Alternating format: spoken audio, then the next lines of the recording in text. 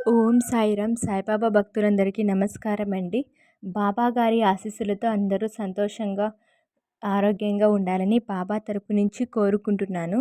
ఈరోజు బాబా గారి సందేశం ఏమనగా, బిడ్డా, నిన్ను వద్దనుకొని దూరంగా వెళ్ళిన బంధం నిన్ను వెతుక్కుంటూ రాబోతుంది. నిర్లక్ష్యం చేయకుండా నీ జీవితంలోకి ఆహ్వానించు, లేదంటే నేను కూడా ఏమి చెయ్యలేనమ్మా అని మన బాబాగారు అయితే ఈరోజు మనకు ఒక హెచ్చరికతో కూడిన సందేశంతో వచ్చారండి. ఆయన మాటల ద్వారానే ఈ సందేశాన్ని విందాము. బిడ్డ, నీవు ఈ జీవితంలో ఏ బంధమైతే కోల్పోయావో ఆ బంధాన్ని దగ్గర చేయడానికి ఈరోజు నేను ఒక చిన్న అవకాశాన్ని అందిస్తున్నాను. బాబా, ఇక నా జీవితం ఇంతే. ఎందుకు బాబా, నిన్నే నమ్ముకున్నాను కదా. నీ బిడ్డ ఎన్ని కష్టాలకు లోనవుతుంటే నువ్వు చూస్తూ ఎలా ఊరుకుంటున్నావు బిడ్డ అని నా బిడ్డలు ప్రశ్నిస్తున్నారు. నా బిడ్డలందరికీ కూడా నేను చెప్పే సమాధానం ఇదే తల్లి. నీ గుండె బరువు తగ్గించడానికి ఈరోజు తీసుకొని వచ్చాను మంచి సందేశాన్ని.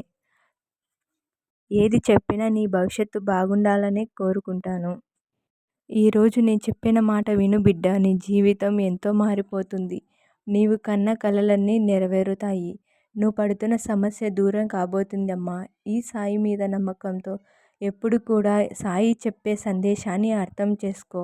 భక్తితో నువ్వు ఏమి చేసినా నాకు ఇష్టమే అమ్మా.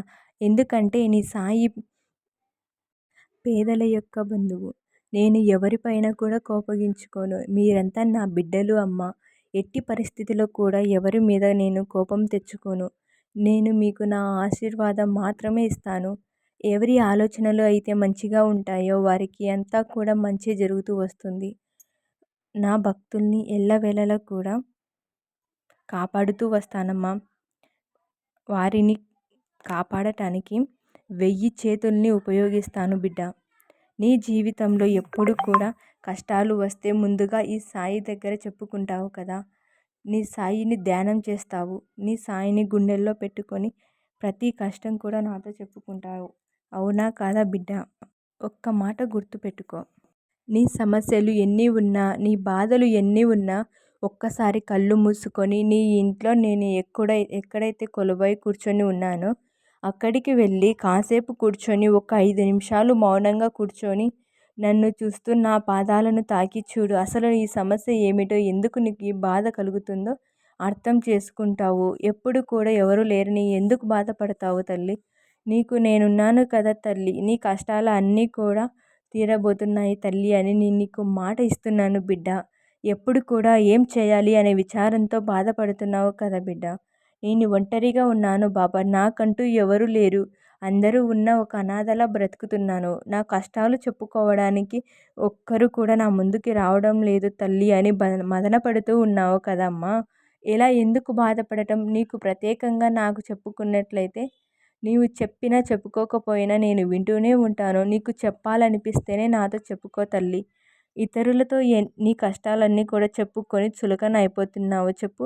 నీ కష్టాలు చెప్పుకోవడం వల్ల వాళ్ళు సంతోషిస్తారు, కానీ వాళ్ళు నీ బాధను వింటారని నువ్వు అస్సలు అనుకోవద్దు బిడ్డ. నీ కష్టాలను చూసి ఎగతాళి చేసి నవ్వుకుంటారే తప్ప నిన్ను ఓదార్చేవారు ఎవరుంటారు చెప్పు.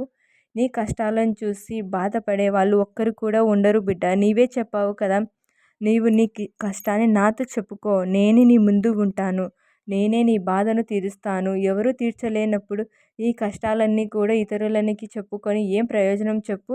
నీవు నీ భార్యాభర్తల గొడవలు అయితే ప్రత్యేకంగా ఎవరికీ కూడా చెప్పవద్దు బిడ్డ.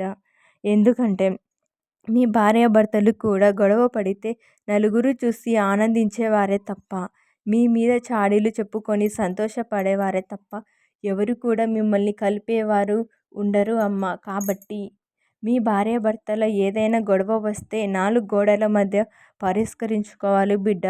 అదే ఉత్తమం కూడా.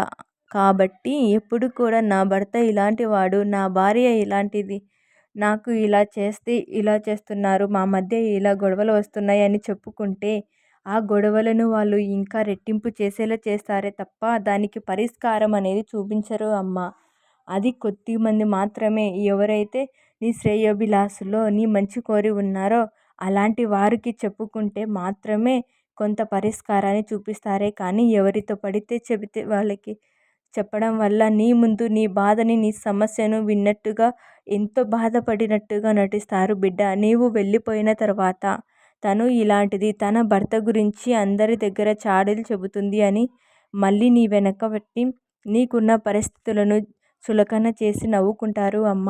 అందుకే ఎలాంటి కష్టం వచ్చినా ఎలాంటి సమయం వచ్చినా సరే నీ సాయి తండ్రి నేనున్నానమ్మా, లేదంటే నీ తల్లిదండ్రులకు చెప్పుకో అమ్మా, కానీ ఎవరితో చెప్పవద్దు. ఏ సమస్య వచ్చినా సరే తెలివిగా పరిష్కరించుకోవడం నేర్చుకోవాలమ్మా. నీ భర్త ఎలాంటి తప్పు చేసినా సరే నీ భర్తను నీ బిడ్డే అనుకో. నీ బిడ్డను తప్పు చేస్తే నువ్వు వదులుకుంటావా బిడ్డ? లేదంటే నలుగురికి చెప్పి నీ బిడ్డ పరువు నీవే తీసుకుంటావా చెప్పు? అలాగే నీ భర్తను కూడా నీ బిడ్డగా భావించు. నీ బిడ్డను ఎలా చెప్తే అలా వింటారో అంతకంటే ప్రేమగా నీ భర్తకు చెప్పి చూడమ్మా. నీ భర్తకు అలా చెప్పి చూసి ఎంతో ఓర్పు సహనంతో ఉండగలిగితే నీకున్న సమస్యలన్నీ కూడా తీరిపోతాయి తల్లి.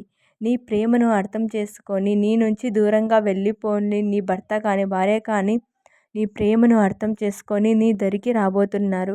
వారిని సంతోషంగా నీ జీవితంలోనికి ఆహ్వానించు బిడ్డ. ఎందుకంటే వారి తప్పు వారు ఇప్పుడు తెలుసుకున్నారు కాబట్టి నీ దగ్గరికి రావాలి అని, నీతో సంతోషంగా జీవించాలని వారు కోరుకుంటున్నారు. కాబట్టి నువ్వు అస్సలు నిర్లక్ష్యం చేయొద్దు బిడ్డ. నిర్లక్ష్యం చేసుకున్నట్లయితే ఒక మంచి మనిషిని ఒక మంచి వ్యక్తిని కోల్పోతావు బిడ్డ. ఎందుకు ఇలా చెప్తున్నానంటే తప్పులు అనేది ఎవరైనా చేస్తారమ్మా. తెలుసో తెలియకో పరిస్థితుల ప్రభావం వల్లనో ఎవరో ఒకరు తప్పులు అనేవి చేస్తూ ఉంటారు. కానీ ఆ తప్పును తెలుసుకొని నిన్ను అర్థం చేసుకొని నీవేమిటో తెలుసుకొని నీ దగ్గరకు రావాలని వారు చూస్తున్నారు. నీతో సంతోషంగా గడపాలని వాళ్ళు కోరుకుంటున్నారు. కాబట్టి అలాంటి వారిని వదులుకుంటే నీ జీవితంలో నీవు ఎంతో సంతోషాన్ని కోల్పోతావు తల్లి.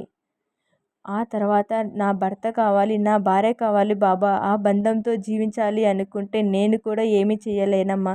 కాబట్టి ఇప్పుడు వారు మీతో సంతోషంగా జీవించాలని వారు కోరుకుంటూ మీ దగ్గరికి రావాలి అనుకుంటున్నారు. కాబట్టి ఆ వ్యక్తిని సంతోషంగా నీ జీవితంలోకి ఆహ్వానించు బిడ్డ.